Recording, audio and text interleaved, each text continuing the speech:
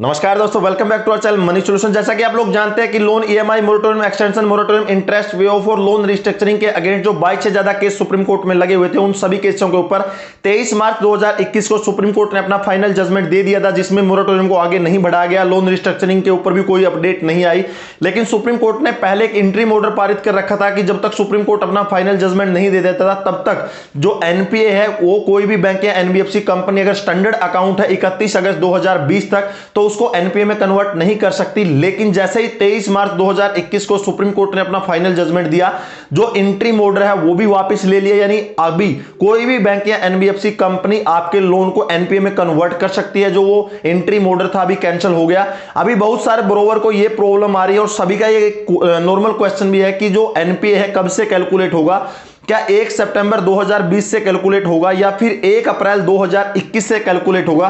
क्योंकि अगर 1 सितंबर 2020 से अगर आपका एनपीए कैलकुलेट होता है तो लगभग 97 जितने भी लोन है वो परसेंटेज ऑलरेडी एनपीए में कन्वर्ट हो चुकी है।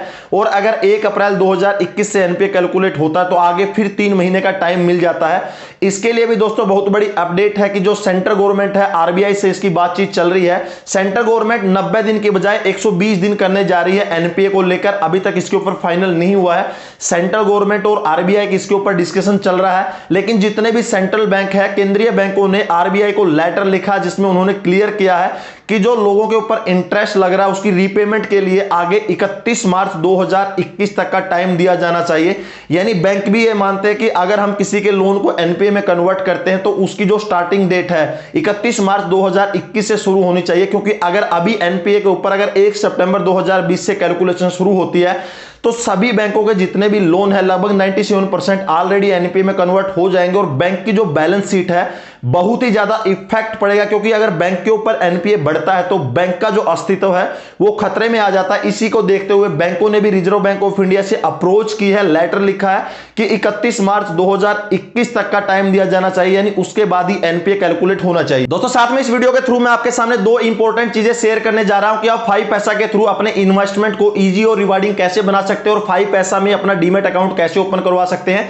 दोस्तों केवल 4 साल में 5 पैसा ने 12 लाख से अधिक कस्टमर जोड़ लिए हैं। ऐसा पॉसिबल हो पाया 5 पैसा के पेपरलेस, हैसल फ्री और डीमेट अकाउंट ओपनिंग प्रोसेस की वजह से। आप 5 पैसा के अंदर अपना फ्री में डीमेट अकाउंट ओपन कर सकते हैं 5 पैसा मोबाइल एप्लीकेशन के थ्रू। प्ले स्टोर में जाइए या मैंने डिस्क्रिप्शन में लिंक दे दिया है, उधर से क्लिक कीजिए, 5 पैसा एप्लीकेशन को डाउनलोड कीजिए, अपना मोबाइल नंबर और ईमेल आईडी इधर वेरीफाई कीजिए। उसके बाद आप अपना PAN card, date of birth और जो बैंक डिटेल है उसको वेरीफाई कर लीजिए और अपनी जो पर्सनल डिटेल है जैसे कि एड्रेस, ऑक्यूपेशन, आपकी एनुअल इनकम को फिल कर लीजिए। उसके बाद अकाउंट ओपनिंग फॉर्म के ऊपर ई साइन कीजिए। 5 पैसा मोबाइल एप्लीकेशन पर आप equity, FNO, commodity, currency, gold, mutual fund में इन्वेस्ट कर सकते हैं। स्टॉक स्पेसिफिक टिप्स के साथ आप फ्री में अपना मार्केट रिसर्च कर सकते हैं स्टॉक मार्केट के ऊपर। अभी दोस्तों एक्सक्लूसिव ऑफर चल रहा है, यदि आप कोड ऑफर 250 यूज करते हैं तो आपको डायरेक्टली 250 रुपए मिलेंगे आपके डीमेट अकाउंट में और उधर से आप अपने जो इन्वेस्टमेंट की जर्नी स्टार्ट कर सकते हैं। तो दोस्तों फिर देर किस बात की है, आज ही अपना इन्वेस्टमेंट स्टार्ट कीजिए, अपना फ्यूचर सिक्योर कीजिए। Open your demat account for free with 5 paisa and make your investment. Description में मैंने लिंक दे दिया है, उधर से आप एप्लीकेशन डाउनलोड कर लीजिए और प्रोमो कोड ऑफर 250 यूज करना ना भूलें। लोन ईएमआई की किस्त 90 दिनों तक नहीं भरते हैं तो आपके लोन को बैंक एनपीए में कन्वर्ट कर सकता है, लेकिन डायरेक्टली 90 दिनों के बाद ही तुरंत बैंक उसको एनपीए में कन्वर्ट नहीं करता। बैंक आपके लोन को इधर 4 कैटेगरी में डिवाइड करता है, उसी के बेस के ऊपर आपके लोन को एनपीए में कन्वर्ट करता है। ऐसा नहीं है कि जैसे ही 90 दिन पूरे हुए और तुरंत बैंक आपके लोन को एनपीए में डाल देता है। अगर हर लोन के साथ बैंक ऐसा करेगा तो बैंकों की जो फाइनेंशियल स्टेबिलिटी है बहुत ही बिगड़ जाएगी और बैंक कभी भी नहीं चाहता कि अब उसके बैंक के ऊपर एनपीए बढ़े, क्योंकि एनपीए बढ़ने के बाद बैंक की जो रेटिंग है गिर जाती है और बैंक का जो स्टैंडर्ड अकाउंट है यानी बैंक के जितने भी लेजर है उसमें बहुत सारे इश्यू आ जाते हैं। तो इसी को देखते हुए बैंक जितने भी एनपीए अकाउंट है या जो एनपीए में कन्वर्ट करने वाले अकाउंट है उनको 4 कैटेगरी में डिवाइड करता है और उसी के हिसाब से एनपीए के ऊपर ग्रेस टाइम भी दे देता है कि जैसे मान के चलिए 12 महीने तक भी वो टाइम दे देता है, 18 महीने तक भी बैंक टाइम दे देता है एनपीए में कन्वर्ट करने के लिए। यानी जरूरी नहीं है कि 90 दिन में ही आपका जो लोन है एनपीए में कन्वर्ट हो जाता है। बैंकों ने जो 4 कैटेगरी बनाई है, सबसे पहले स्टैंडर्ड एसेट है, फिर उसके बाद सब स्टैंडर्ड एसेट है, डाउटफुल एसेट और उसके बाद लॉस एसेट।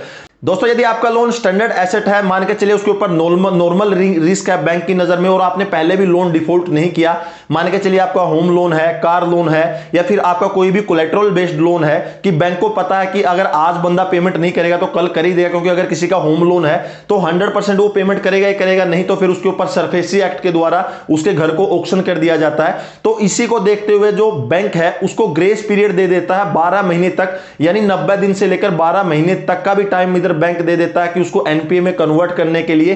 तो डायरेक्टली बैंक एनपीए में कन्वर्ट नहीं करता, लेकिन इसके ऊपर बैंक की नजर में उसमें नॉर्मल रिस्क रहना चाहिए और आपने पहले कभी लोन डिफॉल्ट न किया हो। तो जितने भी, अगर आपका कोई स्टैंडर्ड एसेट है तो स्टैंडर्ड एसेट पर डायरेक्टली लोन आपका एनपीए में कन्वर्ट नहीं होता, उसके लिए 12 महीने तक का जो बैंक है टाइम दे देता है, लेकिन आपको बैंक से कम्युनिकेट करना पड़ेगा।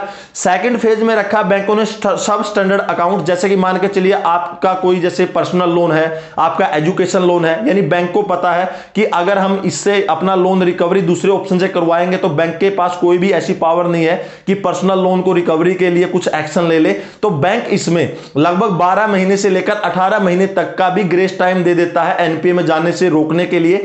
यानी अगर आपका कोई पर्सनल लोन है तो डायरेक्टली ऐसा नहीं है कि 90 दिन के बाद ही एनपीए में कन्वर्ट हो जाएगा, 12 महीने से ज्यादा टाइम भी इधर बैंक प्रोवाइड कर देता है, क्योंकि इसमें रिस्क हाई रहता है, क्योंकि कोई भी कोलेटरल बैंक के पास गिरवी नहीं है। अगर आप पर्सनल लोन नहीं भी चुकाओगे तो बैंक ज्यादा कुछ नहीं कर सकता। तो इधर लगभग 18 महीने तक का भी टाइम बैंक प्रोवाइड कर देता है। उसके बाद थर्ड फेज में रखा दोस्तों डाउटफुल एसेट, यदि आप नॉन पेमेंट रहते हैं लगभग 18 महीने तक कंटिन्यू, अगर 18 महीने तक पेमेंट नहीं करते तो तब भी 18 महीने तक का टाइम दे देता, जैसे कि क्रेडिट कार्ड की पेमेंट हो गया, बिल्कुल ही जो अनसिक्योर लोन है सबसे मोस्टली इसमें रख लीजिए आप क्रेडिट कार्ड को। तो इधर बैंक लगभग 18 महीने तक का भी ग्रेस टाइम दे देता है एनपीए से रोकने के लिए। यानी अगर आप कंटिन्यू 18 महीने तक भी पेमेंट नहीं करते हैं तो तब भी बैंक आपके लोन को एनपीए में कन्वर्ट नहीं करता है, क्योंकि एनपीए में कन्वर्ट होने के बाद आपको पता है कि रिकवरी ऑप्शन स्टार्ट हो जाता है, और अगर फिर भी रिकवरी ना हो तो बैंक उसको राइट ऑफ करते हैं।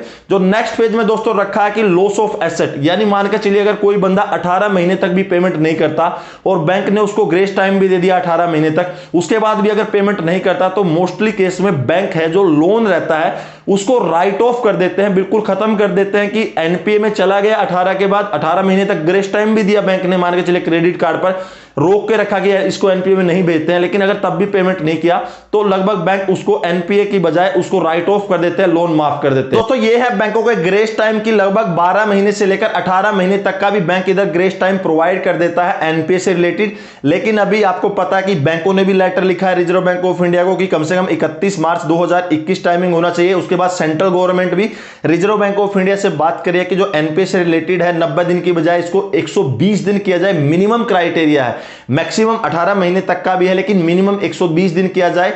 अब मे भी पॉसिबल है दोस्तों, जब बैंकों ने लेटर लिखा है तो जो लोन का जो एनपीए की कैटेगराइज है मेरे हिसाब से 31 मार्च 2021 के बाद ही हो पाएगी। जैसे ही लेटेस्ट कोई भी इसके ऊपर अपडेट आएगी मैं वीडियो के थ्रू आपको बता दूंगा। और दोस्तों नेक्स्ट वीडियो में बहुत ही धांसू वीडियो लेकर आ रखा हूं कि आप अपने लोन को कैसे माफ करवा सकते हैं, कैसे राइट ऑफ करवा सकते हैं, उससे रिलेटेड आपको क्या क्या करना पड़ेगा। नेक्स्ट वीडियो में मैं एक एक पॉइंट बारीकी से आप लोगों के सामने क्लियर करूंगा। तो प्लीज वीडियो को लाइक कीजिए, चैनल को सब्सक्राइब करके रखिएगा कि जैसे ही परसों वीडियो आएगी आप सभी लोगों को पूरा प्रोसीजर मालूम हो जाए कि अपने लोन को कैसे राइट ऑफ करवाते हैं। दोस्तों अगर वीडियो अच्छी लगे तो लाइक कीजिएगा, कोई कमेंट है तो कमेंट सेक्शन में कमेंट कीजिएगा, और इसी तरह नॉलेजेबल टॉपिक पर वीडियो पाने के लिए चैनल सब्सक्राइब कीजिए। तो दोस्तों नेक्स्ट वीडियो के लिए तब तक जय हिंद, वंदे मातरम।